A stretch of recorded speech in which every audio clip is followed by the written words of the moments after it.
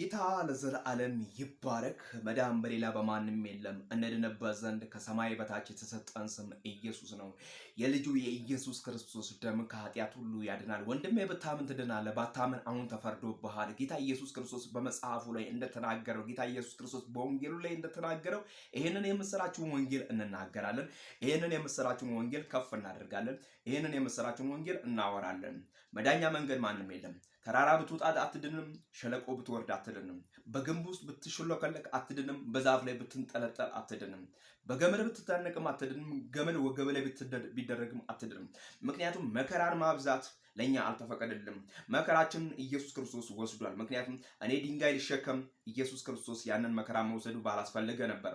እኔ በገመድ ልታሰር፣ ኢየሱስ ክርስቶስ ያንን መከራ መውሰዱ ባልተገባ ነው። እኔ በገማው ውሃ ውስጥ ገብቼ የሆነ ነገር ልሆን፣ ኢየሱስ ክርስቶስ ያንን ጽዋ ባልጠጣ ነበር።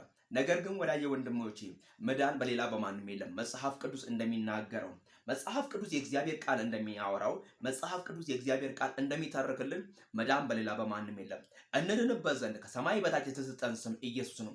የልጁ የኢየሱስ ክርስቶስ ደም ከኃጢአት ሁሉ ያድናል፣ የልጁ የኢየሱስ ክርስቶስ ደም ከኃጢአት ሁሉ ያነጻል ብሎ የእግዚአብሔር ወንጌል ከተናገረ፣ የእግዚአብሔር ወንጌል ይሄንን እውነት ከገለጠልን ይሄንን ወንጌል እንሰብካችኋለን። ወዳጆቼ ዓለም አልቃለች። ዓለም ተስፋ የላትም። ዓለም አክትማለች። ስለዚህ በዓለም ላይ ስትኖሩ ግን የማያልፈውን ጌታ፣ የማይሻረውን ጌታ፣ ዘመናት የማይለውጡትን፣ ዓመታት የማይለውጡትን፣ ያለ የነበረ የሚኖረውን የአልፋ ኦሜጋ የሆነውን እግዚአብሔርን አገልግሉት። የእግዚአብሔርን ወንጌል አገልግሉት። ስትወጡ በእግዚአብሔር ውጡ፣ ስትገቡ በእግዚአብሔር ውጡ ግቡ።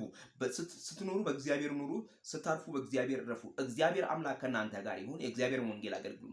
መዳን በሌላ በማንም የለም። ደግመን የምንናገረው ሌላ የለም እያልን ነው። መዳን በሌላ በማንም የለም ስንል ሌላ የሚያድን አምላክ የለም እያልን ነው። መዳን በሌላ በማንም የለም ስንል ሌላ የሚያኖር አምላክ የለም፣ እግዚአብሔር አምላክ ነው እያልን ነው። የልጁ ኢየሱስ ክርስቶስ ደም ከኃጢአት ሁሉ ያድናል ስንል ሌላ ይሄንን ደም የሚተካ የለም እያልን ነው።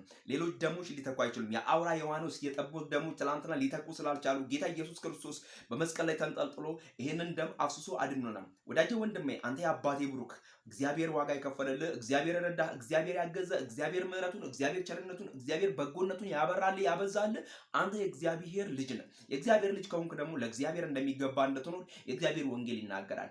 ወዳጄ ወንድሜ፣ ዘመኑ አልቋል። የእግዚአብሔርን ወንጌል አገልግል። ጌታ ለዘላለም ይባረክ። ኢየሱስ ያድናል። ኢየሱስ መዳኛ መንገድ ነው።